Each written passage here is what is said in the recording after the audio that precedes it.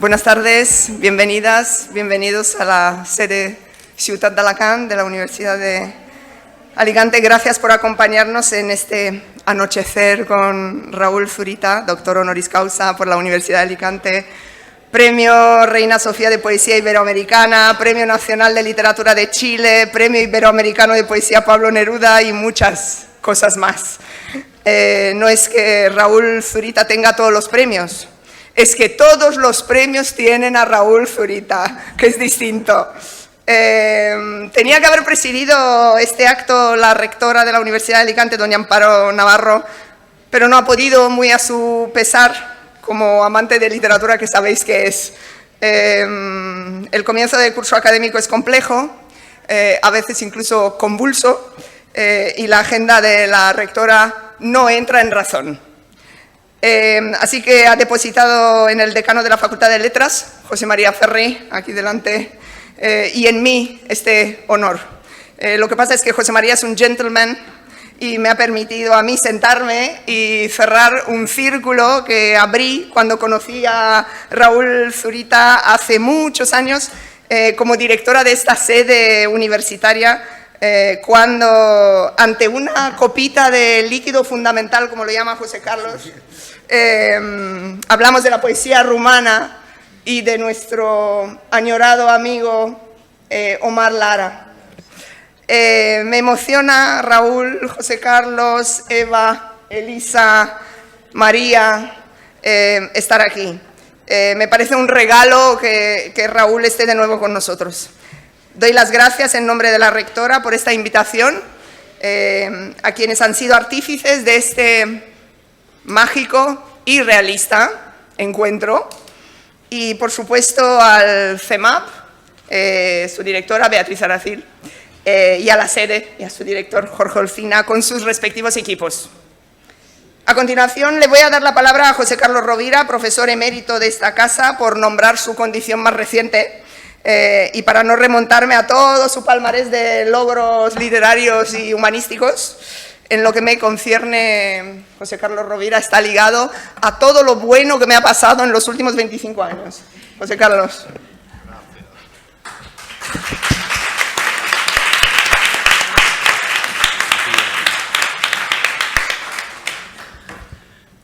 Gracias, vicerrectora de Cultura, Cata Iliescu, querida amiga y persona con la que efectivamente a lo largo de 25 años hemos hecho muchas cosas, ¿no? Como recordabas. Bien, gracias. Luego elaboras eso, no sea que... Bueno, sí, no hemos hecho, bueno, sí, hemos hecho muchas cosas, ¿no? En Rumanía, por ejemplo. Bien, gracias a todos vosotros y vosotras por estar aquí con Raúl Zurita. Como ya ha dicho Cata Iliescu, la rectora quería estar, pero no ha podido, delegó en José María y en Cata Iliescu. José María es nuestro decano. Buenas tardes, decano de la facultad. Bueno, voy a seguir. Beatriz Aracil, directora, Jorge Olcina, Mónica, bueno, todos los que estéis aquí, que la mayor parte sois gente amiga.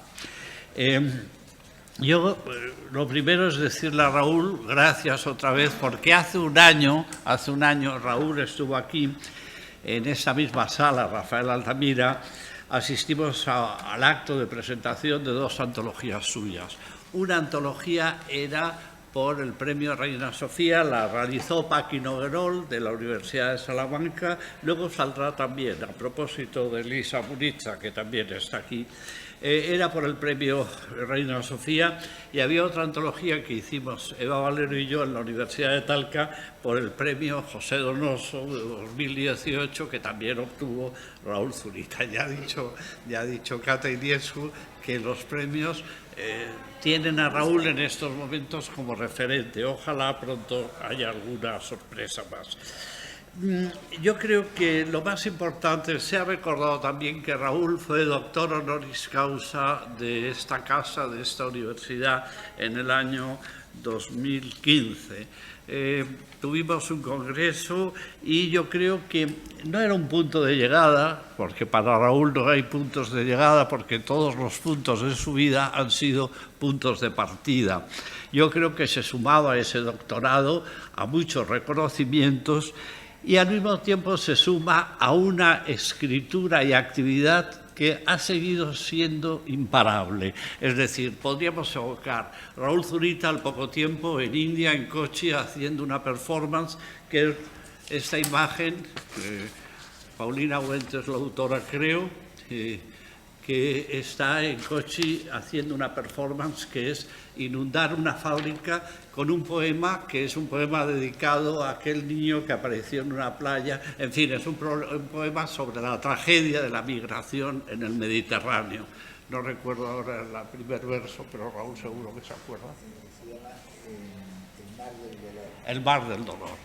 El mar del dolor, que es lo que se está representando aquí. Quiero decir que ha sido imparable.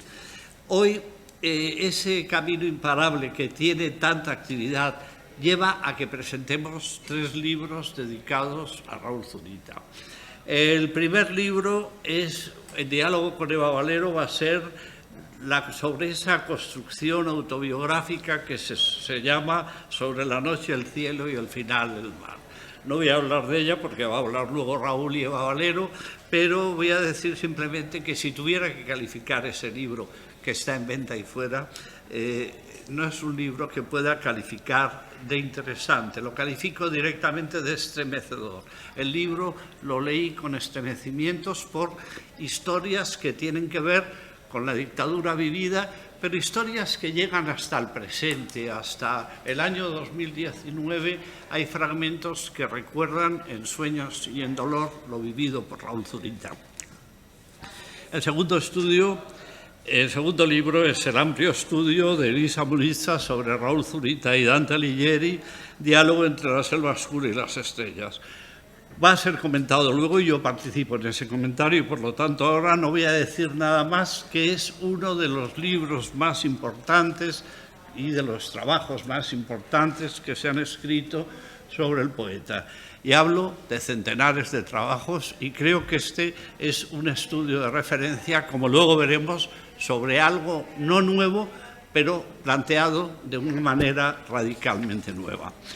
La antología Mi Dios no ve, realizada por Héctor Hernández Montesinos, que está sentado ahí, que acaba de llegar en un periplo desde Nueva York, que estabas ayer, no sé cuántas horas, hasta aquí, y que tiene dentro, está realizando un siglo de oro en la poesía latinoamericana, que va a ser la actividad de los próximos días en España, en Madrid, Granada y Barcelona.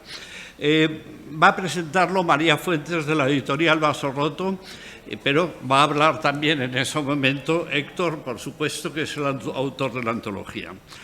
Quiero recordar, solamente porque no tendría sentido que yo hablara más de estos minutos, algo que es importante. Raúl es todo eso, todos esos libros que son continuos, pero al mismo tiempo Raúl Zurita es un compromiso civil que llevaba a que hace unos días utilizáramos en las redes un mensaje que era Raúl Zurita leyendo el preámbulo de la Constitución, que no ha salido. El preámbulo es: nosotras y nosotros, el pueblo de Chile, compuesto por diferentes naciones, etcétera, etcétera. Bien, ese compromiso civil le ha dado dimensión a toda su vida, le sigue dando dimensión. Gracias también, Raúl, por ello. Y yo ya he terminado.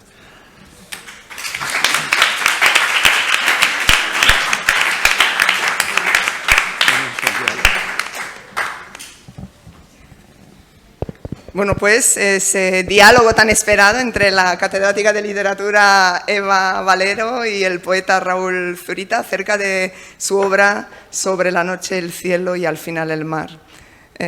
Es decir, acerca de Raúl Zurita. Tenéis la palabra. Muy bien. Buenas tardes.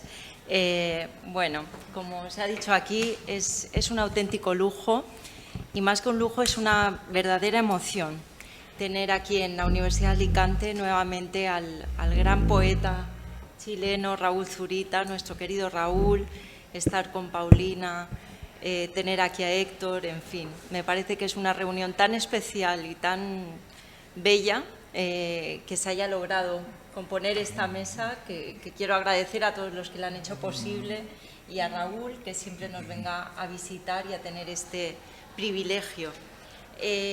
José Carlos me encomendó hacer esta entrevista, me dio ese lujo y ayer supe que el privilegio es todavía mayor porque sobre este libro todavía no se ha hablado aquí en España, no se ha presentado aquí en España, de manera que Alicante vuelve a ser el epicentro zuritiano. Y bueno, pues quiero hacerle toda una serie de preguntas a Raúl, que es a quien queremos escuchar, acerca de este libro, efectivamente, como ha dicho el profesor Rovira, estremecedor de principio a fin, un libro que rememora esos años terribles del golpe militar, de Pinochet en Chile, de los años de la dictadura, los años en que Zurita comenzó a escribir, cuando publicó ya en el 79 sus libros señeros, Purgatorio, Anteparaíso, cuando formó parte de un colectivo de arte fundamental, el CADA, el colectivo de acciones de arte, que fue tan importante en el contexto de la resistencia contra la dictadura y que fue aquel tiempo en el que entabló vínculos personales, intelectuales muy importantes para él después, y aquellos años, en definitiva, de los que surgió toda su obra poética, que le ha merecido los premios antes enumerados por la vicerrectora, profesora Catalina Iliescu. Bien. Más que hablar yo del libro, vamos a escuchar a Raúl a través de una serie de preguntas. Yo quiero ir en principio al origen del libro, a la cuestión del género. Raúl Zurita ha escrito una inmensa obra poética, pero ha escrito también iluminadores ensayos, artículos, ha escrito libros en prosa como El día más blanco, que es un libro autobiográfico fundamental de su trayectoria. Y cuando yo empecé a leer este libro y vi que la editorial lo catalogaba como novela y que en las reseñas que he podido leer también hablan de novela, me planteaba si esto es una novela. Y quería preguntarle a Raúl Zurita, porque para mí es un libro que escapa a cualquier catalogación genérica, que se encuentra entre la autobiografía, sí, algo de novela, pero también mucha poesía, porque el tono poético, la música de Raúl Zurita está aquí dentro, de principio a fin, y también sus grandes temas. Y quería preguntarle a Raúl Zurita sobre este origen de la obra, cómo se lo planteó, cómo pensó, si es que pensó, en un género más allá de escribir en prosa, lo que él quiso escribir. Bueno, antes que nada, gracias. Gracias, de verdad, gracias desde el fondo del corazón a usted, a cada uno de ustedes, a Héctor, a Paulina, mi mujer, porque me emociona estar acá. Esta la considero absolutamente mi ciudad patria, por así decirlo. Y estoy muy orgulloso, me siento realmente orgulloso y conmovido de estar aquí compartiendo con ustedes. Así que muchas gracias. Claro. Eva, mira, yo creo que todo lo que yo he escrito tiene la pretensión de ser poesía. La pretensión, porque no sé, eso finalmente no lo decido uno, sino lo deciden los demás. Y nunca lo he considerado una novela en el sentido de que la Divina Comedia, por ejemplo, a propósito de Teresa, son escenarios fantásticos con personajes reales. ¿Existieron o no han existido? Esto creo que son, no es una comparación, no. Entonces, creo que estos son también escenarios fantásticos con personajes reales, o casi reales. Y tienen como trasfondo un país ocupado, una noche que se va cruzando con distintas partes, por así decirlo. Pero nunca sentí que estuviese escribiendo una novela, ni siquiera una autobiografía, aunque no podría escribir otra cosa sino de las cosas que me tocan directamente, ¿cierto? No es tampoco, no creo que sea tampoco una novela del yo, porque es una novela que está en tercera persona, es otro el que va hablando. Entonces, esa idea insisto, ¿cierto? Aquí hay unas cataratas que se rompen en medio de la ciudad, son escenarios absolutamente irreales. Uno toma el tópico de la realidad o la irrealidad. Pero sin embargo los personajes y el ambiente creo que se ajustan más o menos a una época y a un tiempo. Y si se ha podido dar cuenta un poco de eso, un poquito que sea, de esa época feroz, terrible, pero como toda época feroz y terrible también tiene sus chispazos de felicidad. Porque yo creo que uno de los sagrados derechos más profundos es que incluso en medio del holocausto todos los seres humanos tienen derecho a ser, aunque sea 5 minutos feliz, aunque se esté acabando el mundo. Eso. Bien, esta obra, como ven, sobre la noche, el cielo y al final el mar, se inicia con 3 imágenes muy impactantes del propio Raúl, que aparecen identificadas con la noche, el cielo y el mar. Empiezan con la noche, que es el pecho de Raúl Zurita con su cicatriz, el cielo, que es la cabeza cicatrizada o estrellada, como seguramente él quisiera pensar o metaforizar, y el mar, que es el cuerpo de Raúl Zurita con sus cicatrices también, y que va acompañada esta última imagen de un verso que dice: dejaste aquí la cicatriz de las cataratas del mar de tu corazón, que son las grandes imágenes que atraviesan la obra de Zurita.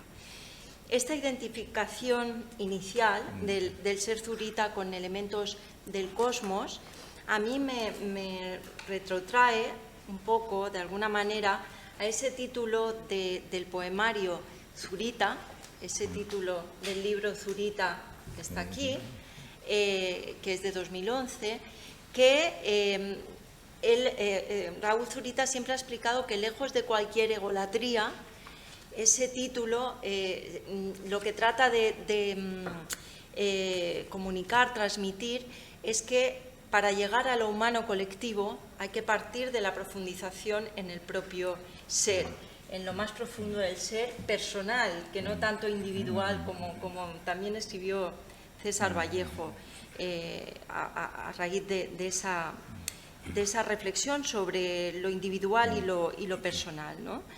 Y yo creo ver ahora en este libro, que se inicia con esas 3 imágenes de Raúl Zurita, una hilación con esa idea del libro Zurita, y creo que da un paso más, en tanto que ya no es solo trazar el camino hacia lo colectivo, sino un camino hacia lo cósmico, hacia el mundo, hacia esos elementos del cosmos que están identificados con el ser Zurita. Y quería que me explicara, Raúl, si va encaminado mi... Yo creo que demasiado encaminado, te fijas, o sea, demasiado bien encaminado. Y me encanta, me gusta mucho la lectura que... Ahora, yo creo que esas 3 imágenes, esas 3 cicatrices, son cicatrices que corresponden a hechos reales, son las que me ha proporcionado el tiempo, no yo mismo, porque yo mismo me he herido a veces. ¿Sí? La cubierta de mi primer libro parte con la imagen de una cicatriz de una quemadura en la mejilla. Esa me la hice yo, frente a circunstancias bastante desesperadas, pero estas otras no son ya el tiempo, te fijas. Porque hay un momento en que tú haces clic, te das cuenta de algo que es obvio, ¿cierto? De que te vas a morir, que todos nos vamos a morir. ¿Ah? Pero tú vives muchos años sin saberlo, aunque creas que lo sabes, pero de repente pasa algo, ¿ah? Entonces todo empieza a adquirir ese tono de los grandes crepúsculos, por así decirlo. Entonces, yo digo, ¿por qué ese libro se llama Zurita? No tiene nada que ver con al contrario, ¿cierto?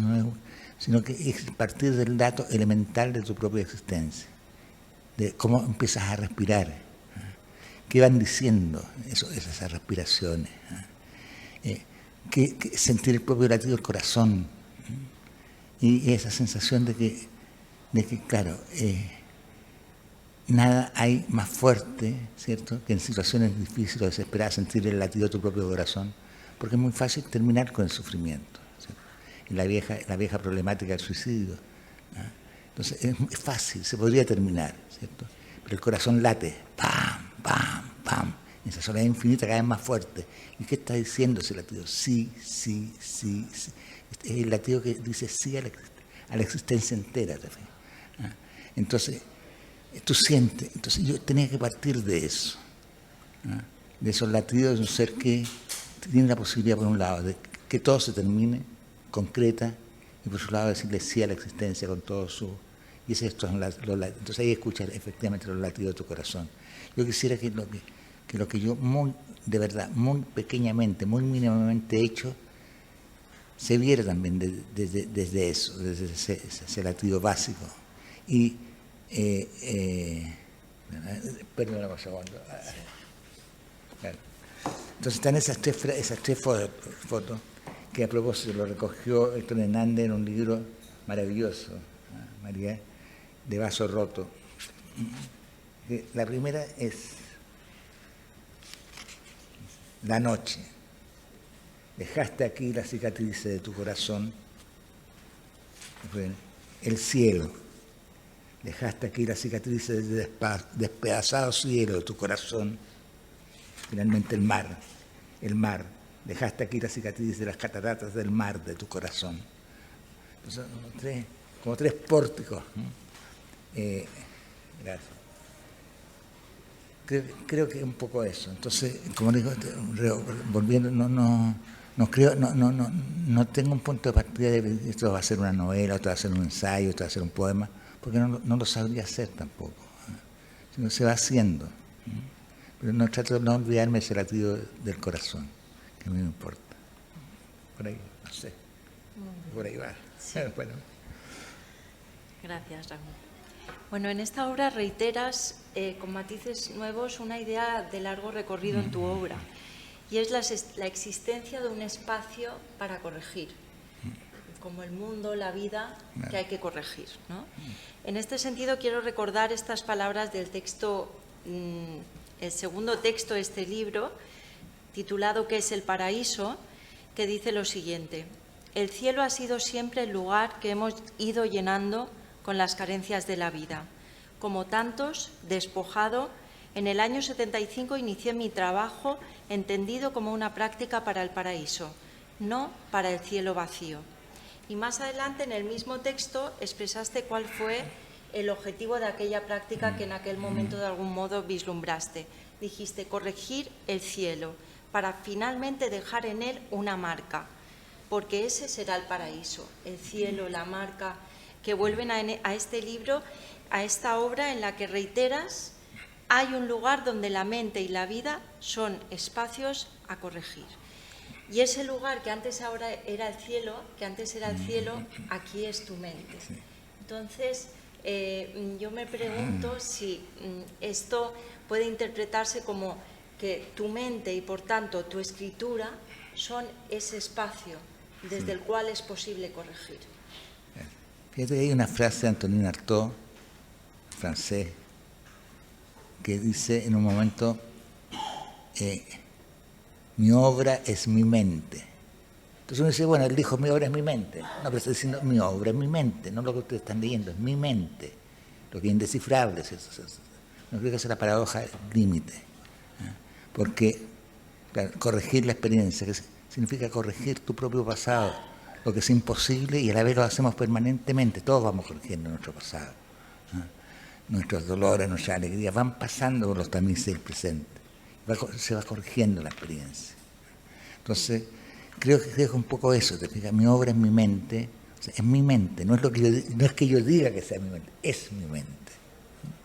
Entonces, creo que esto lo veo como los ecos de alguien, ¿no? Insisto, vuelvo a esta idea de los latidos del corazón, que no sé por qué me están dando los latidos del corazón, pero bueno, son los espacios mentales que se van transformando en palabras, en construcciones, y creo que vivir es corregir la vida permanentemente, y a veces corregirla a pesar de uno. Uno quisiera que cosas se prolongaran para siempre, y no se prolongan, desgraciadamente, se acaban, se terminan, como se termina todo. Entonces, como en un sueño. Entonces, no sé si estoy muy despistado. No, en absoluto. En absoluto. Nos estás dando esas claves, Raúl. Esas claves. En la página 136 leemos algo que tiene que ver con lo que estamos hablando, y es que dices, el soporte de este trabajo es mi vida, lo que estamos comentando, porque a través de ella se va novelando el paisaje. Y uno de los grandes ejes temáticos de esta obra es precisamente la reflexión sobre el arte, y por eso tiene tanta importancia el recuerdo del grupo CADA. En la página siguiente, en la 137, encontramos un texto con disposición versal titulado ¿Cuál es la obra?, en la que realizas la reflexión sobre el arte vinculándola con la realidad latinoamericana, que es algo a lo que le has dado bastante desarrollo en otros libros incluso, y quería leer estos versos. No una exposición de arte, no una escultura, no ya un hecho literario, no un cuerpo ni una representación. Nuestras aldeas sudamericanas, paisajes, ciudades polvorientas donde la gente busca su alimento, como en el museo la gente busca la belleza. Ese es el arte.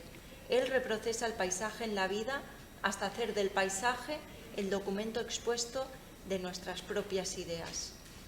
Y luego dices, obras idénticas al paisaje que habitemos, para no morir de sed en estas pampas, productos de arte igual al alimento circulando entre nuestras ciudades, aldeas polvorientas. Me gustaría que nos comentaras un poco esta idea del arte y la realidad latinoamericana que, como digo, pues proviene de tu obra anterior y que vuelve a reaparecer aquí. Claro, esta obsesión un poco con los paisajes tiene tal vez un origen, que es que en un momento dado todo lo que uno escuchaba de Chile eran marchas militares, era la canción nacional. Entonces todos los significados de las cordilleras, las playas, el mar, era el mar que estaban nombrando los militares, que estaban nombrando directamente el fascismo, ¿cierto? Entonces sentimos, porque no solamente fue algo que me pasó a mí, que había una tremenda lucha por los significados. No por los significantes, como quieren los barrocos, sino por los significados, que esa era la gran lucha. ¿Cuáles eran los significados de esas palabras? Si eran los significados, que era la playa, que era el cielo de Chile, que era la canción nacional de la instrumental. Si correspondía a los significados que le estaban dando en ese momento la dictadura, los militares, o correspondía al significado que desde Alonso Arcilla fue construyendo la poesía chilena. El mar que miramos es también una construcción, pero una construcción de los poetas, de Gabriela Mistral, de Pablo Neruda, de Víctor Jara, de la Violeta Parra, en fin. Entonces, y creo al mismo tiempo que hemos hablado, ¿cierto?, que es un paisaje. Son grandes telones en blanco también, que uno va llenando en la medida que va viviendo. Es nuestra pasión de vivir la que levanta las montañas. Es nuestra pasión de vivir la que levanta un cielo encima de esas montañas. Entonces vamos atravesando esta vida y vamos levantando los paisajes que miramos al mismo tiempo, y es ambiguo porque al mismo tiempo que tú los levantas sabes que te anteceden, te predecerán, pero sin embargo los vas levantando. Entonces por eso de repente yo me preguntaba por lo menos antes, ¿por qué a pesar de todo, de la hipermodernidad de los millennials y todo, todavía un atardecer puede seguir conmoviendo? Incluso un niño que no tiene nada que ver, que lo único que quiere es bailar, ¿me entiendes? Y de repente algo conmueve. Siempre digo que si todavía nos conmueven, porque de una u otra forma todos los ojos que han mirado esas montañas o que han mirado ese mar nos devuelven la mirada y nos saludan. Entonces, también una montaña y la construcción de todas las miradas muertas que la levantaba hasta ser una montaña. Entonces creo que esas son como ideas tan vagas, ¿cierto? Para mí también son vagas, ¿no? Pero no sé cómo explicar, cómo responder, ¿cierto? Porque en este mismo momento, ¿cierto? Todo tiene la textura extraña de los sueños y al mismo tiempo todo es tan real. Yo creo que es eso. Creo que entonces el arte, claro, sé que buscan su alimento, claro, es duro, ¿cierto? Ver la gente como buscar alimento entre la basura. Tal como pero hay algo de una relación del ser humano que mira las obras de arte y un ser humano que busca la basura. Finalmente no es tan distinto. No es tan distinto. El gesto de la buscar algo que te haga vivir un rato más o que le dé un sentido a tu rato más. Buscar ese alimento. Sí. El arte como alimento, sí. O el alimento real. Convertido en arte. Para no morir de hambre en el arte, se llama la acción. Bueno, como lectora, Raúl, percibo una necesidad muy intensa de atrapar todos esos recuerdos de ese tiempo, y tú lo expresas perfectamente en 3 líneas que para mí sintetizan el libro y sobran más palabras que las tuyas. Dices: son millones y millones de capas de sueños, de pesadillas, de huidas, de escenas extenuantes que, entrechocando unas con otras, van siendo tragadas por el hielo. Y cuando leo esas líneas, veo que este libro es un capítulo más de esa obra inmensa tuya que siempre hemos, cuando la hemos investigado, hemos hablado de ella, José Carlos, como obra en progreso, ¿no?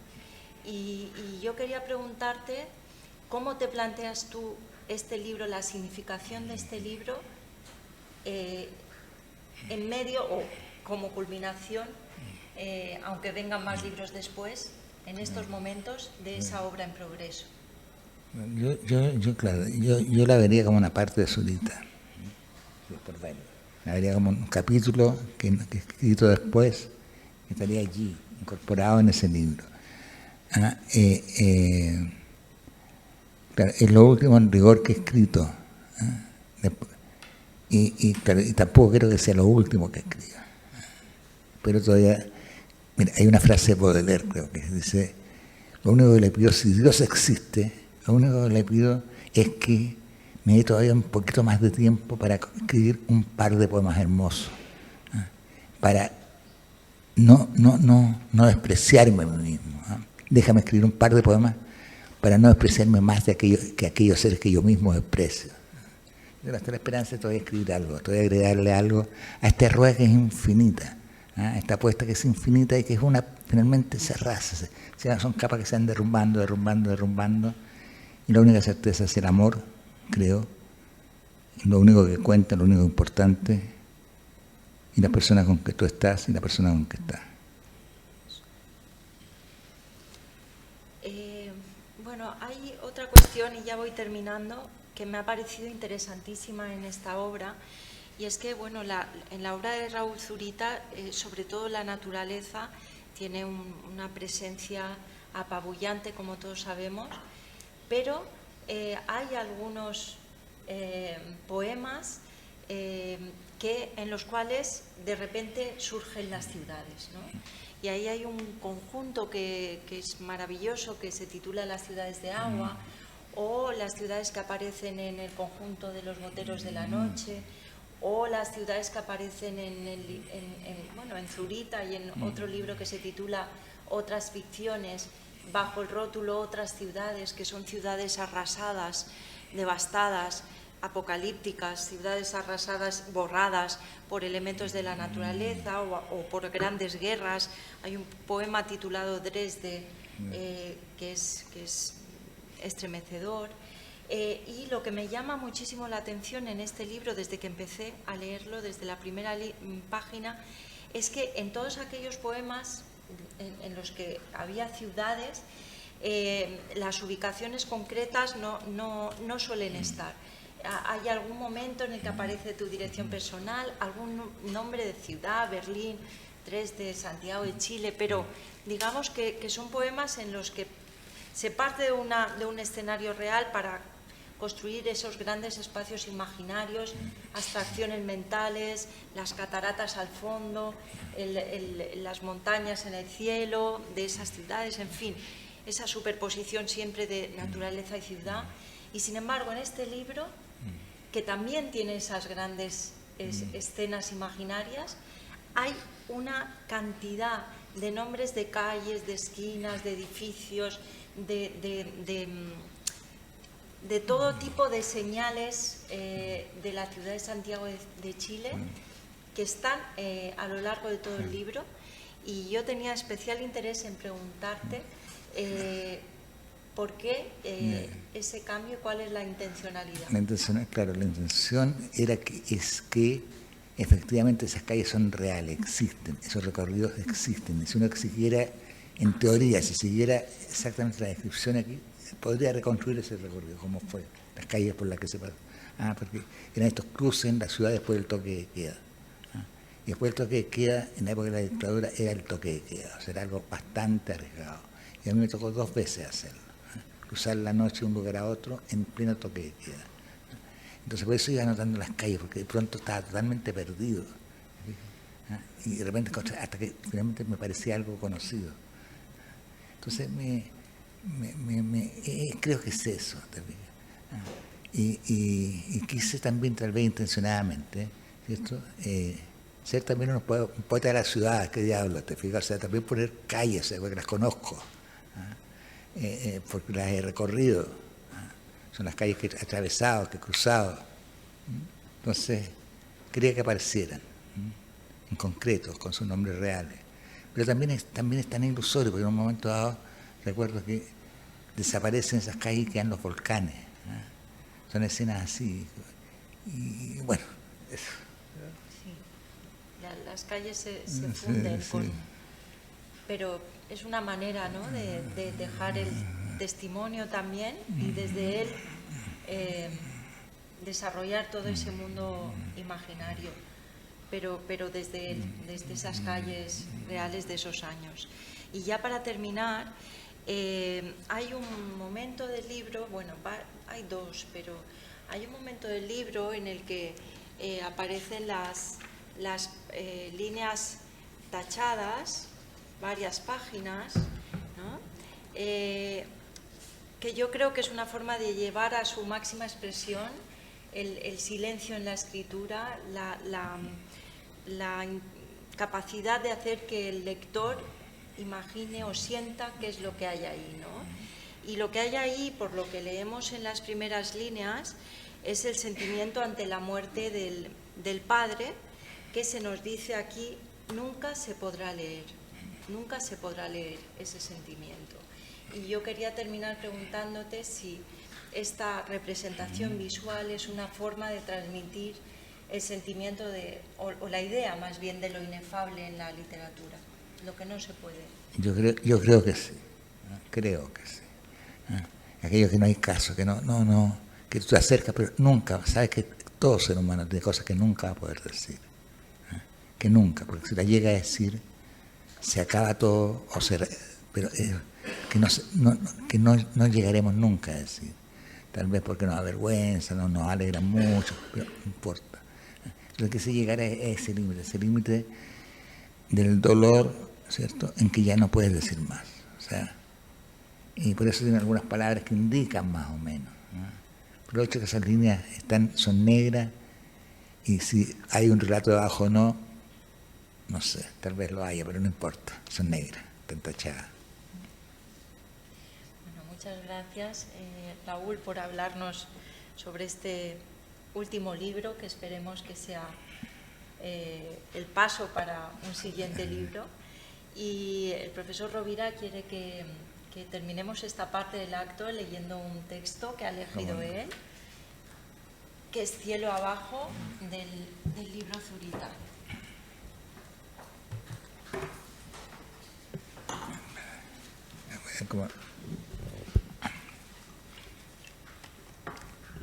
Cielo abajo. Son los últimos minutos del atardecer del lunes 10 de septiembre de 1973 y los desfiles comenzaron hace menos de una hora. Por un momento, las columnas parecieron detenerse bajo el incendiado cielo y un instante después, el estallido de las consignas y cantos inundó la noche. Al frente, interminable, el pedrerío reseco del Pacífico se alarga hasta perderse en el horizonte y sé que alguien que tal vez contuvo mis rasgos, es decir, que contuvo un insomnio, un determinado nerviosismo, una manera de hablar, reconoció entre las trituradas piedras los bordes de un puerto, Valparaíso, luego el fronte de una universidad, y pegadas a ella las imágenes rotas de una vida, una carrera de ingeniería, un estudiante haciendo girar sus linchacos, la enloquecedora blancura de una rompiente cubriendo el roquerío, y de golpe, el sonido del viento surcando la aridez infinita de la tierra. Sucedió hace unos segundos, hace millones de años, hace apenas un día. Alzo los ojos, inmóvil, el inmenso cielo rojo flota sobre la multitud que también se ha detenido y mira con frío, con temor, con sueño, el desahuciado atardecer.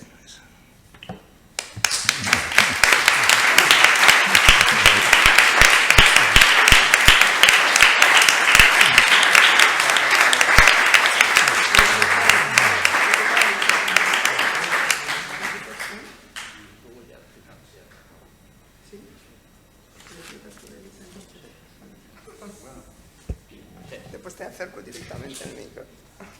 Ya la palabra, sí. Te doy la palabra. Bueno, tiene la palabra José Carlos Rovira y a continuación creo que la doctora Elisa Muniza, profesora también de la Universidad Católica de Murcia, que nos va a hablar pues, un poco sobre el libro que acaba de publicar y que se nutre de su tesis doctoral, a cuya defensa en plena pandemia pudo asistir el aludido Raúl Zurita, gracias al online, ¿no? Del cual tanto hemos despotricado, algo tenía que tener de bueno. Y el título del libro es Raúl Zurita y Dante Alighieri, diálogo entre la selva oscura y las estrellas. Pero con preámbulo de José Carlos. Muy breve también. Bueno, es solamente primero agradecer a Juan Mora, vicerrector de investigación, que ha colaborado en la edición de este libro, a Luis Rafael Hernández, director de Verbum, por su generosa disposición y por su actividad. Y bueno, como se ha dicho, el libro es parte de una tesis doctoral. Estuvo Raúl presente a través de con mucha distancia a través de la red. Fue un tribunal que estuvo Eva Valero, presidió Teodosio Fernández, Chiara Bolognese. Y esto es la primera parte del libro de una tesis que dirigíamos Víctor Manuel Sánchez Amat y yo, y cuento rápidamente una historia que presenta Elisa Muniza, que sería mucho más largo presentarlo. En 2016, Elisa Muniza apareció por Alicante, me acuerdo por allí, por mi despacho, venía de parte de Paqui Noguerol, catedrática de la Universidad de Salamanca.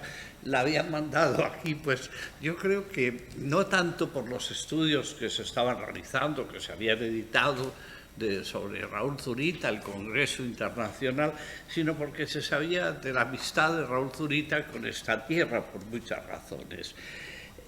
Nos habíamos conocido, eso lo cuenta ella mejor, en 2015, el mismo año de la investidura de Zurita como honoris causa en Boulogne-sur-Mer, en Francia, en un congreso, pero no nos habíamos conocido porque esta mujer es de una timidez absoluta, luego contará lo que pasó. En fin, había un tema que cuando llega alguien y se sienta en tu despacho y te dice Raúl Zurita y Dante, bueno, pues y el mundo italiano completamos luego. Esto es una parte de la tesis, la primera. Miguel Ángel y Raúl Zurita, que es un tema principal de esa visión del arte americano que Raúl Zurita ha planteado. Bueno, pues será el segundo libro y ya ha publicado varios artículos que salen de esa tesis doctoral. Pero claro, imaginaos que era pues Raúl Zurita, un poeta querido y leído, y al mismo tiempo un tema como Dante, que para mí es una vieja afición desde la Florencia del 74 al 76. Pero yo, sin embargo, pensaba en un Dante accidental. Hay una serie de títulos y referencias que nos llevan a él, Purgatorio, Anteparaíso, La vida nueva, pero yo pensaba en un Dante, pues no sé, que aparece lógicamente con esos títulos en Raúl Zurita. Y yo creo que lo importante de este libro, metodológicamente importante, es que demuestra un Dante medular a Zurita. Hay una historia que él cuenta, se ha contado muchas veces, que es la abuela Belli, italiana, genovesa, que recitaba, que les contaba cuentos con cantos de la comedia desde niño, ¿no? Y esa historia, pero aquí lo que se va a demostrar es ese Dante medular, que lo plantea además, y quiero destacar esto y luego ya me callo para que hable ella, que lo va a explicar mejor, que plantea un Dante a través de conceptos de la historiografía y la crítica dantesca, autor, agens, viator, etcétera, etcétera. Es todo un capítulo que considero metodológicamente increíble, porque claro, es una tradición crítica que viene de Leo Spitzer, de Gianfranco Contini, y es un trabajo que dices, bueno, Raúl, que a veces también gasta bromas, bueno, bastantes veces gasta bromas, ha hablado de la crítica pedantesca a veces, es decir, no dantesca, sino pedantesca, pero en todo caso esa referencia cómo aparece en Zurita este conjunto de referencias. Y entonces demuestra una cosa que es esencial, que explicaba el maestro Contini, que explica el maestro Teodosio Fernández siempre que tiene ocasión de hablar, la lectura. Es decir, el tema no es la historiografía ni la crítica, el tema es que esos conceptos surgen en Raúl a través de la lectura de la comedia, no solo a través, él es traductor de la comedia. Publicamos en el 2018 un canto de la comedia traducido por Raúl con un primer trabajo de ella, que era una entrevista increíblemente bella, que está aquí reproducida, menos mal. Bueno, pues yo creo que lo que demuestra este libro es la importancia de la lectura, precisamente para ajustar a través de la importancia de la lectura conceptos historiográficos y críticos que se han utilizado. Pero insisto que yo creo que ha sido la lectura, no la crítica y la historiografía, la que ha creado la posibilidad de leer esos conceptos. En fin, yo creo que gracias le doy a Elisa, a la cual estoy presentando. Podría citar un montón de trabajos, pero sobre todo de Raúl Zurita han aparecido ya 7 o 8 trabajos fundamentales de ella. Yo creo que yo lo único que puedo decir para presentarla es que yo trabajé en esta universidad, trabajo aún en esta universidad, no sé cómo, pero bien, ¿verdad, decano? Pero para dirigir tesis como esta o para dirigir y tener algo que ver lejanamente con libros como el que recomiendo encarecidamente, que además ha llegado milagrosamente hoy. Es decir, ha sido una aventura, pero ha llegado hoy y está fuera a la venta, pero en fin, eso es otro asunto. Gracias. Les dejo con Elisa, que ya está bien. Buenas tardes a todos y a todas. Bueno, en primer lugar, muchísimas gracias por estar aquí. Muchísimas gracias, Raúl Zurita. Es un lujo, como ha dicho Eva, poder contar con tu presencia. Estoy muy emocionada. Muchísimas gracias también a José Carlos Rovira, que es mi maestro, aunque hay que decir que es maestro de muchos y de muchas, como siempre se dice. Y gracias a todos los miembros del CEMAP. La verdad es que me siento muy, muy, muy afortunada. Y desde luego a todos los presentes. Me veo obligada a decirle a Raúl que el agradecimiento en realidad no solo es por su presencia, sino también por su poesía, porque sin su poesía pues este libro no existiría, en primer lugar. Y en segundo lugar, por toda la emoción que transmiten sus poemas. Yo creo que hemos podido comprobar todos con una simple lectura toda la emoción que nos dan. Tengo también que hacer una confesión. Es un pequeño secreto, pero como aquí no hay nadie, estamos entre amigos. Y es que me da muchísimo miedo. Yo he viajado mucho en avión, pero me da muchísimo miedo cuando el avión despega. Entonces, como las 2 horas anteriores estoy ahí temblando, Dios mío, va a despegar, va a despegar. Y estas horas, aquí mientras estaban hablando, he sentido exactamente la misma sensación. Voy a hablar, voy a hablar. Esto simplemente es para disculparme si se me nota un poco emocionada, pero la verdad es que para mí estar aquí hoy es, perdón por la repetición, pero un verdadero lujo y una enorme oportunidad por la que estoy muy agradecida. Este libro no se había entendido seguramente, pero ha nacido de la gran pasión que tengo hacia los poemas de Raúl. Y he descubierto, voy a hablar un poco de su génesis, ¿no? De cómo he llegado a esta poesía. Pues yo he descubierto a Raúl Zurita en Salamanca en 2015 gracias a una profesora chilena que se llama Magda Sepúlveda. Ella vino a Salamanca durante una semana porque tenía que dar unas clases de literatura chilena, de poesía chilena concretamente. Era un módulo de una semana. Y entre los grandes nombres de la poesía chilena, Pablo Neruda, Gabriela Mistral, pues también estaba el nombre de Raúl Zurita. Yo todavía no conocía a Raúl, no conocía la poesía de Raúl, pero me encontré con un fragmento de un poema que se titula El sermón de la montaña, y el fragmento dice, voy a citar, a ver si lo encuentro. aquí. Yo no creo en la resurrección de la carne, creo en el comercio, en el placer equívoco de la caída y de la usura, desde que la diritta via era smarrita.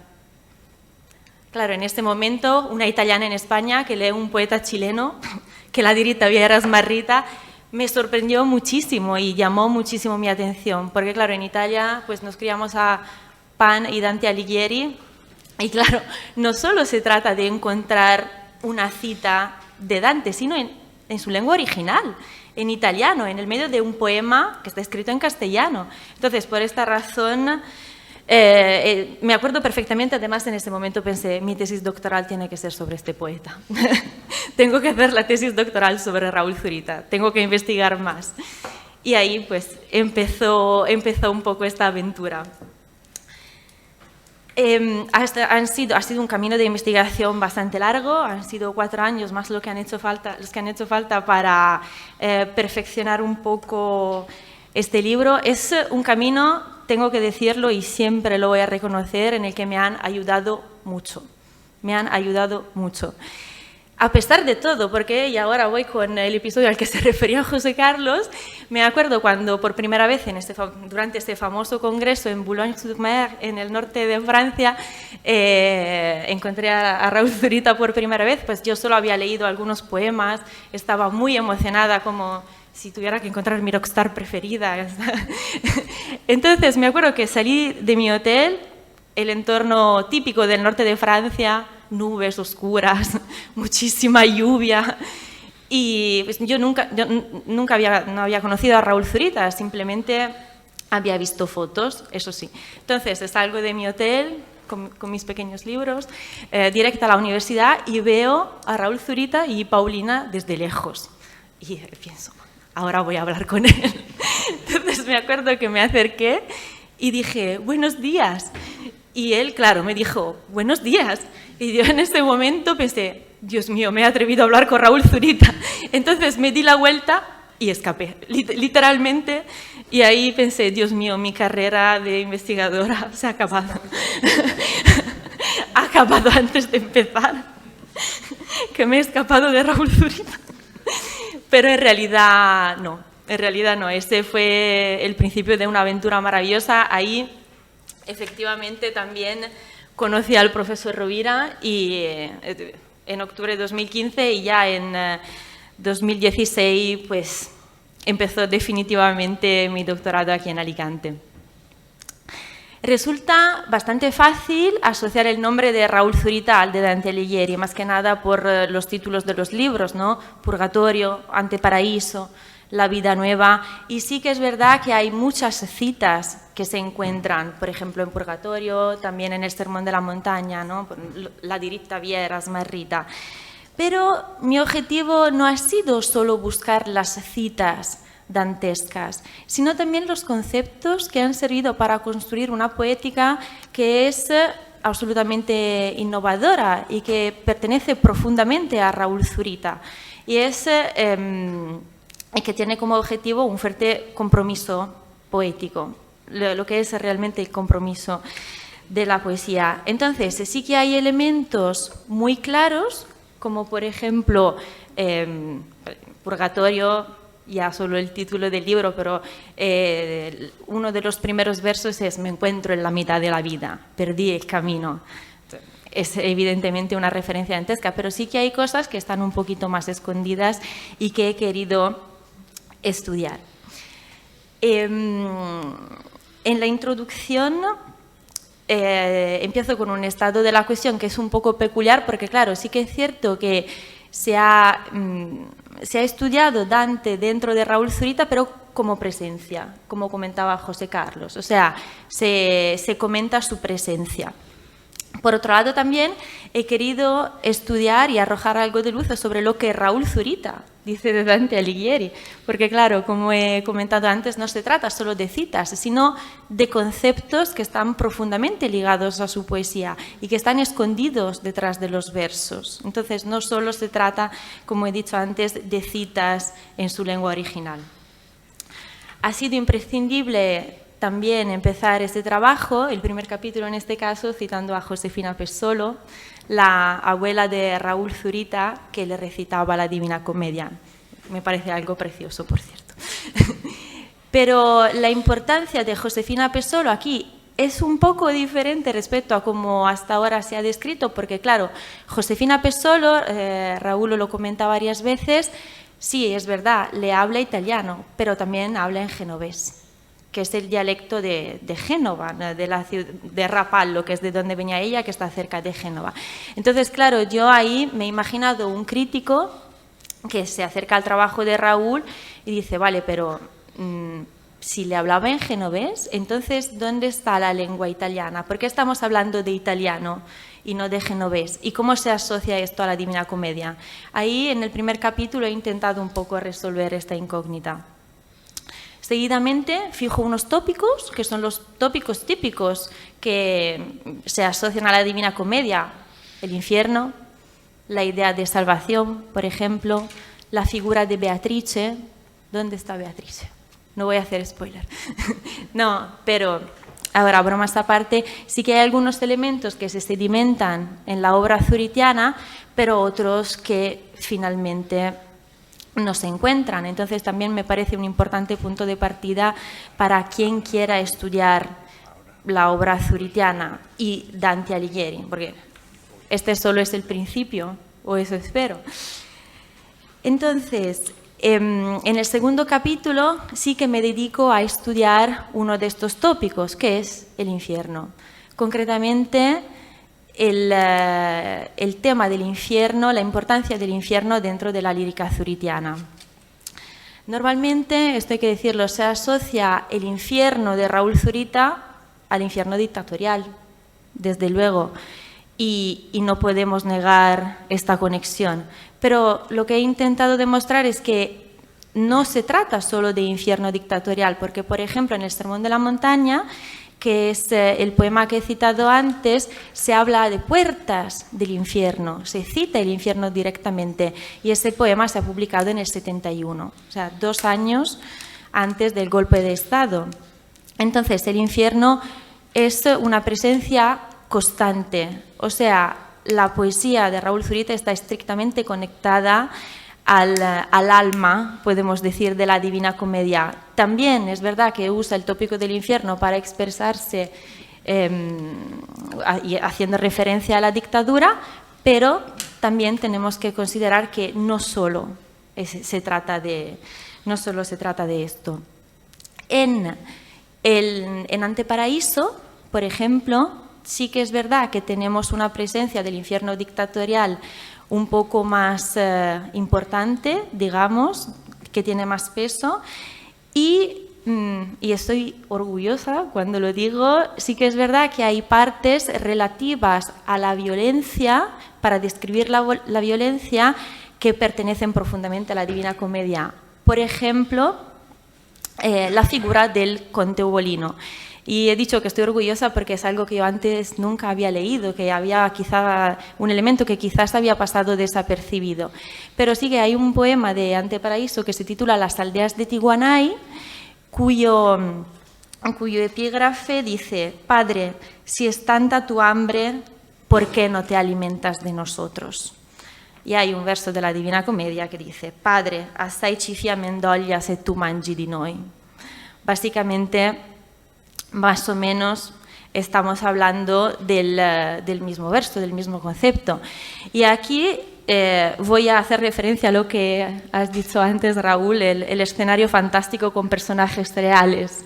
Porque claro, el conde Ugolino ha existido de verdad, pero en la Divina Comedia se describe este hombre, se abre el poema en un escenario totalmente distópico. Es este hombre que se está comiendo la cabeza de otra persona que ha existido, que es el arzobispo Ruggeri. Entonces ahí empieza ese canto y básicamente el conde Ugolino termina comiéndose a sus hijos. Entonces, la descripción de la violencia. La descripción de la violencia y el infierno dictatorial efectivamente se encuentran aquí, en Anteparaíso. También hay una parte, eso ya tiene un poco menos que ver con Dante, en Anteparaíso, que se titula, es un apartado, Las cordilleras del Duce. Claro, el Duce era el epíteto con el que se llamaba Mussolini. Entonces, ahí sí que la referencia a la dictadura, bueno, ahí ya es el mundo italiano, ya no solo Dante Alighieri. Pero aún así, por ejemplo, por lo que se refiere a la violencia, sí que tenemos una presencia importante. Tras haber investigado sobre este tópico, pasamos a la idea de salvación. La idea de salvación en Raúl Zurita y Dante Alighieri es profundamente diferente, también porque Raúl Zurita acude a este concepto, pero lo renueva constantemente. O sea, él marca, y lo quiero volver a decir, una nueva poética del compromiso, citando, podemos decir, Dante Alighieri, pero es algo que renueva. Y, repito, que renueva constantemente. Por ejemplo, en Anteparaíso sí que hay unas fotos de los poemas escritos en el cielo de Nueva York. Es un poema que se titula La vida nueva. Mi Dios es hambre, mi Dios es cáncer, mi Dios es no. Y esto obliga al lector a mirar hacia lo alto, exactamente como lo hizo Dante. Pero ya, por ejemplo, en La vida nueva, y hablo de La vida nueva, el libro La vida nueva, hay un diálogo entre cielo y tierra que es universal y continuo. Entonces ya no hay una visión vertical dantesca, sino una visión universal que se conecta profundamente a la cultura mapuche. Entonces, repito, si se puede hablar de salvación, lo repito, no voy a hacer spoiler, pero si se puede hablar de salvación, se trata de un paradigma que es profundamente diferente en la obra zuritiana.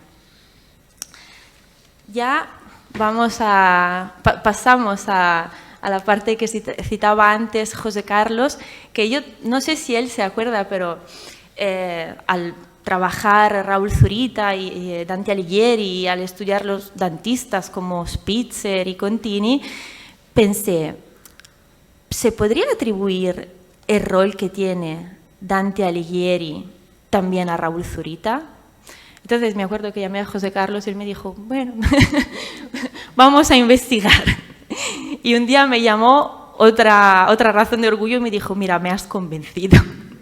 Y lo que pasa es que Dante Alighieri, cuando estamos hablando de Dante Alighieri y la Divina Comedia, en realidad hablamos de tres personajes diferentes. El Dante Alighieri autor, el que escribe la Divina Comedia, el Dante Alighieri personaje, el que viaja, el que cruza infierno, purgatorio y paraíso, y el Dante Alighieri peregrino, que tiene que llegar al paraíso. Entonces, el autor sería el auctor, el viajero, digamos, o sería el agens, y el peregrino sería el viator. Y yo pensé, pues vamos a ver si hay auctor, agens, viator en la obra zuritiana también. Entonces, he intentado demostrar que a pesar de que Raúl hable de los pedante Alighieri, que es una definición que me encanta y muchas veces es muy, muy acertada, pero sí que recoge sin quererlo, pero un sistema poético en el que se pueden ver reflejados estos conceptos. El último capítulo es un comentario a la traducción del quinto canto de la Divina Comedia. Es una parte que ya había salido en 2018, como ha comentado José Carlos, pero que igualmente me ha parecido muy importante incluir aquí porque demuestra una enorme entrega a la obra. Y cuando hablo de entrega a la obra, y aquí quiero citar a Gianfranco Contini, también hablo del verdadero amor hacia la lectura. Voy a citar. Gianfranco Contini decía que un buen lector es el que está dispuesto a dejar que las almas de otros lo invadan a través de la lectura. Entonces, finalmente, lo que yo he intentado hacer con este libro es demostrar que la lectura de Dante por parte de Raúl se estratifica hasta recrear un ambiente poético en el que se utilizan los elementos dantescos. Y estoy hablando de todo, de los conceptos, de las citas, y todos estos elementos sirven para crear un fuerte mensaje de compromiso poético. Hay una frase que ha dicho Raúl durante la entrevista que se encuentra en el libro y me parece una frase preciosa y la voy a citar. No vivimos en fragmentos, sino que experimentamos la vida como una totalidad. Creo sinceramente que no todo el mundo se permite a sí mismo vivir la vida como una totalidad, pero sí que creo que Raúl Zurita se ha dejado invadir el alma totalmente por la lectura de la Divina Comedia. Y creo que es por esto que es tan importante hacer esta referencia dantesca. Muchas gracias, Raúl.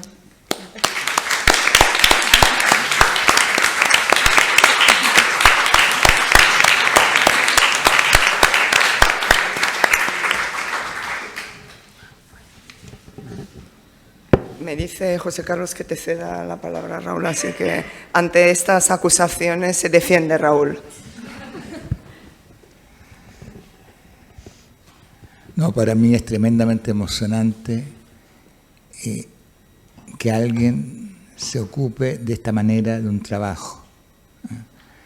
Realmente me emociona, me llega al fondo del corazón. Entonces no tengo mucho cómo referirme, ¿cierto? Cuando uno se siente sujeto a un estudio, pueden pasar muchas cosas, entre ellas la emoción, y es lo que me pasa. Yo creo que es brillante, pero no porque yo sea brillante, sino porque Teresa Muniz es brillante. Eso. Creo que tiene tantos aciertos, cosas que un gran crítico siempre adivina más de lo que el autor sabe. Y esa es una gran lectura, y creo que está lleno de esa gran lectura. A mí me pasma, me emociona mucho. Eso es lo que quería hacer, de verdad.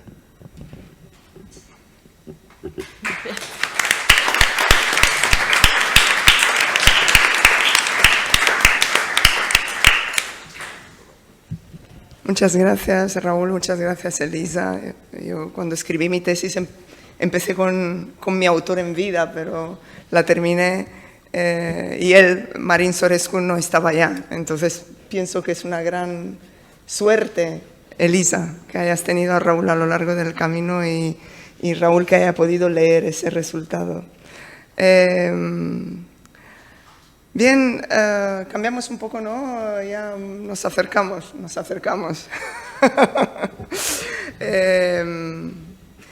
Una de las letanías más vehiculadas reza que la poesía no vende. Bueno, ni falta que le hace, ¿no? No está para eso. Bueno, además muchas otras cosas no venden y a nadie le importa.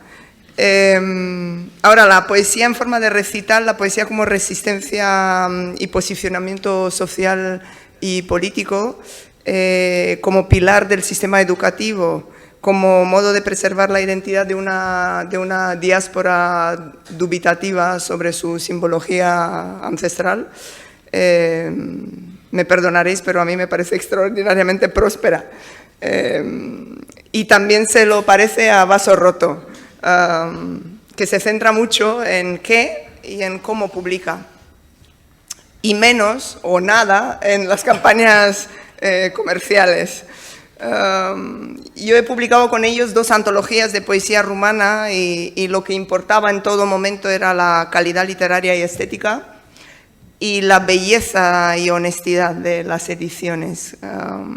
Así que le voy a dar la palabra a María Fuentes, responsable editorial de Vaso Roto, quien nos va a presentar muy sucintamente este maravilloso libro, y luego creo que le va a dar la palabra también a Héctor Hernández Montecinos, que está con nosotros. Sí, gracias. Gracias. Muchísimas gracias. De hecho, yo voy a hacer como si la silla quemase, porque como comentaba Eva Valero, sobran las palabras. Entonces, solamente agradecer a la Universidad de Alicante, agradecer a la vicerrectora, a Catalina, a la que adoramos en Vaso Roto, al profesor y a todos mis compañeros de mesa, así como todo el público que estéis aquí. Sobre todo un agradecimiento a Raúl Zurita por confiarnos su obra. Raúl, toda la editorial, desde Janet a todas las personas que hemos participado en ella, nos hemos sentido absolutamente honradas de poder trabajarla y esperamos que nuestro trabajo esté a la altura y que te guste. Para los que no conozcáis Vaso Roto, comentaros muy rápidamente que es una editorial hispano-mexicana que nos dedicamos, como ha dicho Catalina, al oneroso mundo de la poesía.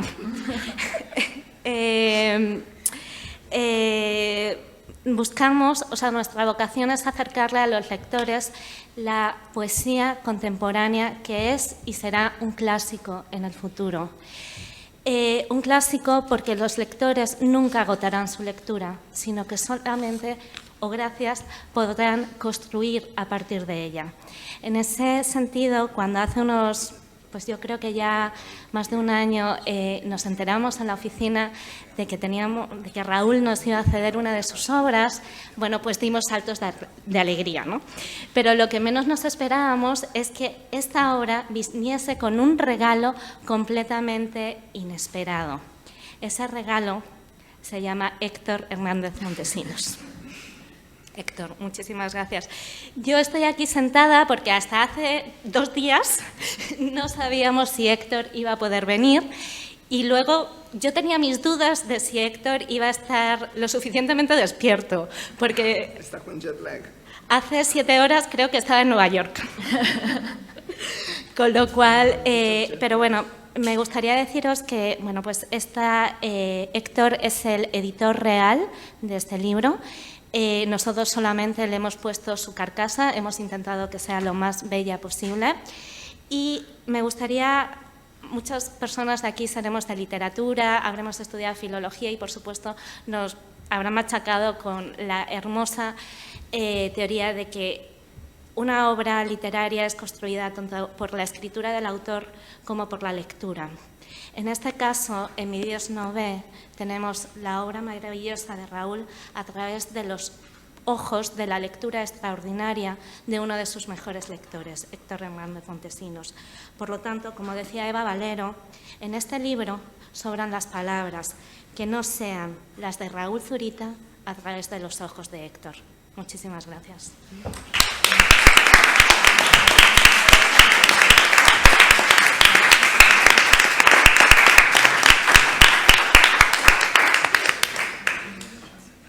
Pues nada, lo mío es muy cortito y es, como esta es una celebración, estamos aquí celebrando a Raúl, celebrando los libros de Raúl, sobre Raúl, con Raúl, por Raúl. Estamos aquí, yo siempre digo los zuritistas, zuritólogos, zuritónomos, y Alicante, como hace ya tantos años, como decía el profesor Rovira, con Eva, con Carmen, sí, y lo comentamos con Raúl, efectivamente, cuando nos juntamos decimos, oye, que nos caen bien nuestros amigos de Alicante, son tan inteligentes, fantásticas, y lo decimos siempre, entonces que lo digamos acá también en público en Alicante con nuestras amigas, nuestros amigos y frente a ustedes también, es una razón más para estar contentos, felices de esta celebración merecidísima de nuestro querido Raúl, que podamos escucharlo, leerlo, verlo, pensarlo, ¿no? Y es un poco la idea de este libro que también agradezco las preciosas palabras de María y pareciera que todos nos queremos aquí mucho, y es cierto, nos queremos mucho, y ha sido fantástico trabajar con Vaso Roto, con María, con Janet, con toda la gente que trabaja ahí, Ángeles, todas, porque es un libro difícil en muchos aspectos de pensarlo, de hacerlo. Ustedes ya van a ver la parte visual, la parte de la construcción del libro, pero aún así creo, y más que creo, estoy seguro que el resultado de este libro es y yo lo vi hoy día recién, cuando llegué efectivamente de Nueva York, que fui a dejar la maleta, vaso roto, que ya que estamos en confianza, tenemos toda la intimidad, dejé mi maleta ahí en Madrid, me vine para acá, y ahí vi el libro y dije, es más fantástico de lo que yo pensé, es precioso, y efectivamente, y así es un libro que yo quise hacer más que una muestra, más que una antología.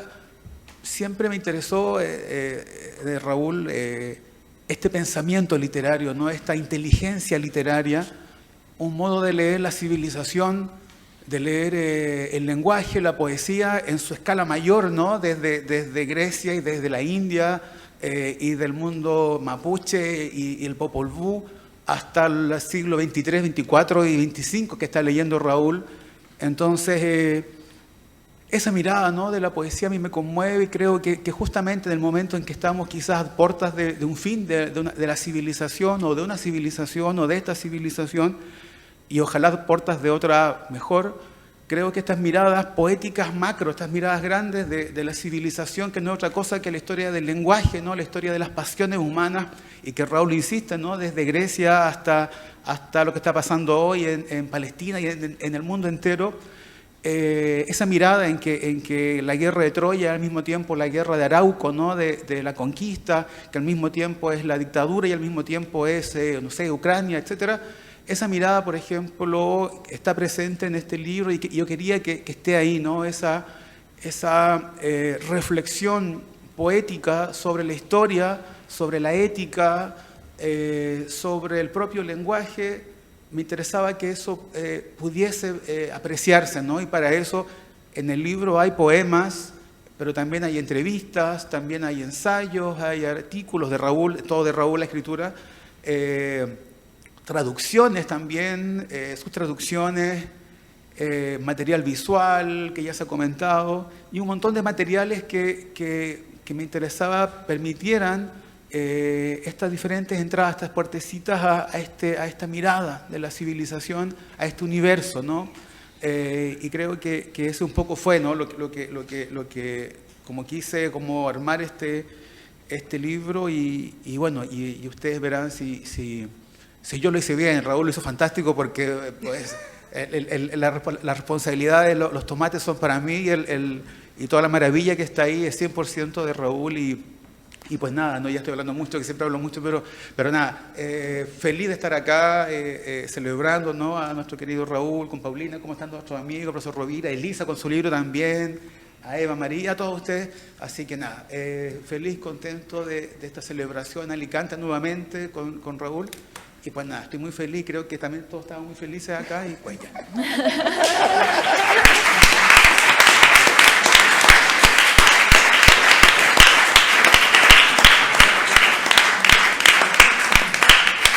Muchas gracias, Héctor, por estas palabras y por el maravilloso libro, por supuesto. Y te agradecemos el haber querido estar con nosotros a pesar del jet lag. Y le vamos a dar la palabra a Raúl para que nos lea algunos poemas. Gracias, gran poeta y gran amigo. Me honras con la lectura. Gracias, Vaso Roto. Gracias nuevamente, Teresa, a Elisa, Teresa Muniza. Gracias, Rovira, José Carlos. Gracias, Eva. En fin, aquí estamos. Leeré algunos poemas. ¿Sí? Sí. Sí. Sí. Ya.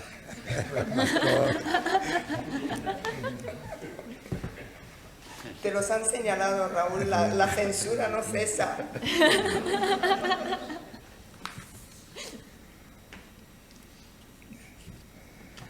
Esto corresponde a se llaman Sueños para Kurosawa. A propósito, está inspirado mucho en la película Sueños de Kurosawa. De que una imagen que me alucina, es un túnel que van saliendo unos soldados que no saben que están muertos.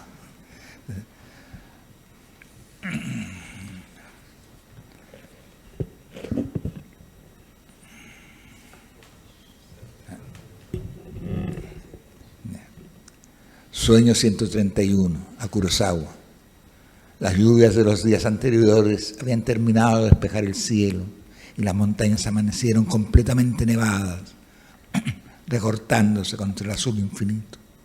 Los termómetros marcaban bajo cero y sentí el golpe, perdón, los termómetros marcaban bajo cero y sentí el golpe de frío polar al abrir la ventana. Una jauría de perros salvajes bajaba por la calle escarchada que se abría hacia el mar. Perdón, disculpe. No, definitivamente me está cantando la...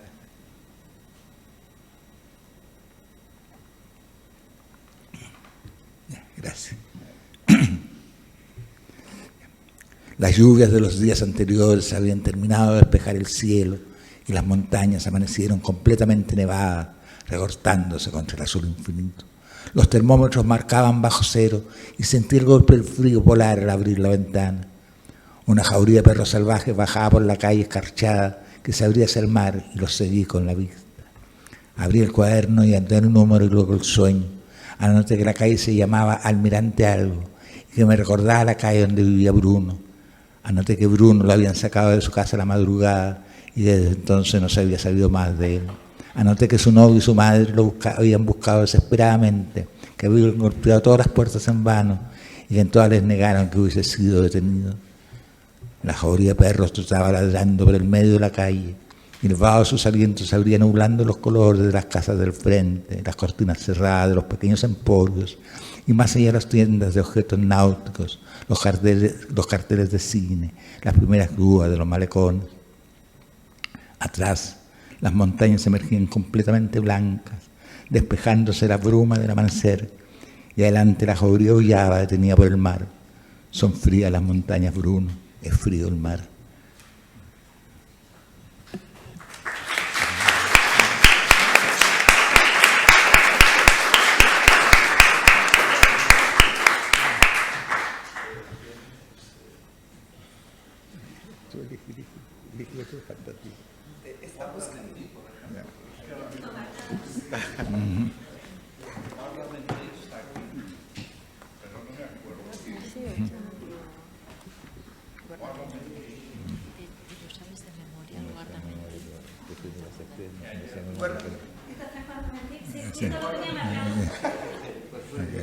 Pues están los mismos.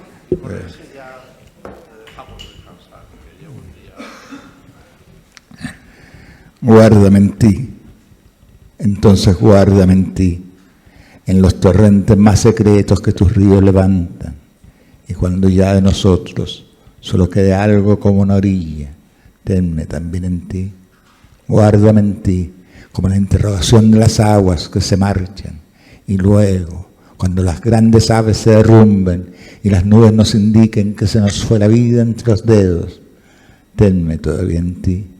Guárdame en ti, en el hilo de aire que aún ocupe tu voz, dura y remota, como los cauces glaciares en que la primavera desciende. Muchas gracias.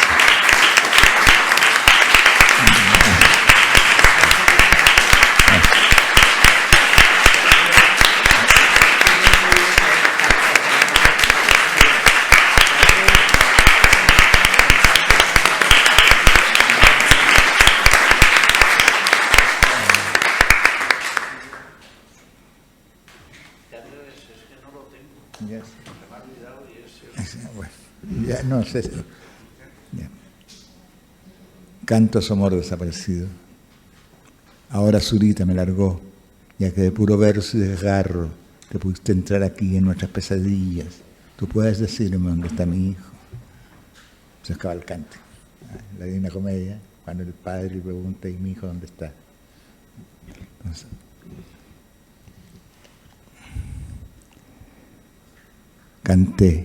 canté de amor, con la cara toda bañada canté de amor y los muchachos me sonrieron. Más fuerte canté, la pasión puse, el sueño, la lágrima. Canté la canción de los viejos galpones de concreto, unos sobre otros, decenas de nichos los llenaban. Todos yacen allí, países negros, África y Sudacas. Yo les canté así de amor la pena a los países. Miles de cruces llenaban hasta el fin el campo. Entera su enamorada, canté así. Cante el amor.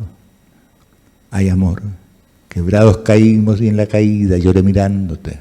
Fue golpe tras golpe, pero los últimos ya no eran necesarios. Apenas un poco nos arrastramos entre los cuerpos caídos para quedar juntos, para quedar uno al lado del otro. No es duro ni la soledad, nada ha sucedido. Y mi sueño se levanta y cae como siempre, como los días, como la noche. Todo mi amor está aquí y se ha quedado, pegado a las rocas, al mar y a las montañas. Pegado a las rocas, al mar y a las montañas. Mis amigos sollozaban dentro de viejos galpones de concreto. Oigan, amigos, les grité, esas épocas ya pasaron, solo se rieron de mí. Marcaron a los muchachos y abrieron el tazo, les cortaron el pelo. Fumas marihuana, aspiras neopren, qué mierda fumas, rojo asqueroso, pero son lindos. Aún así yo me arreglo de verlos, me regio y me fui entera, y envuelta en lágrimas los saludo. Pero todos sueñan el sueño de la muerte, sí, lindo chico. Claro, dijo el guardia, hay que arrancar el cáncer de raíz, o sí. El hombro cortado me sangraba y era el olor raro, la sangre. Dando vueltas se ven los dos enormes galpones, marcas de TNT, guardias y gruesas alambradas cubren sus vidrios rotos, pero nosotros nunca nos hallarán, porque nuestro amor está pegado a las rocas, al mar y a las montañas. Pegado a las rocas, al mar y a las montañas. Pegado a las rocas, al mar y a las montañas. Murió mi chica, murió mi chico. Desaparecieron todos, desiertos de amor.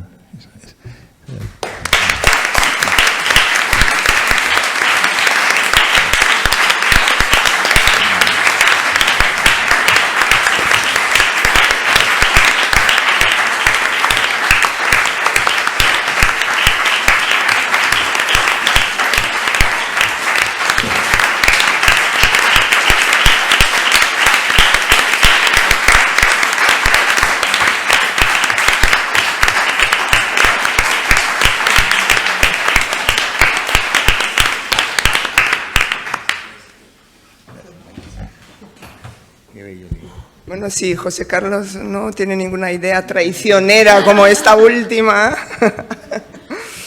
de la que has salido airoso, Raúl. Después de este alegato, a mí me toca la ingrata tarea de hacer el inciso final, ¿no?, de este maravilloso encuentro.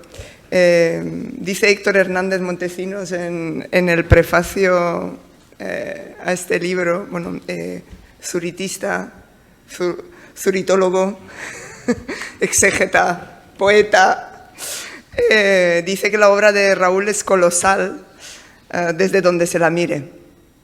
También dice que Raúl Zurita es un punto culmine en la trayectoria de la lengua de los dos países.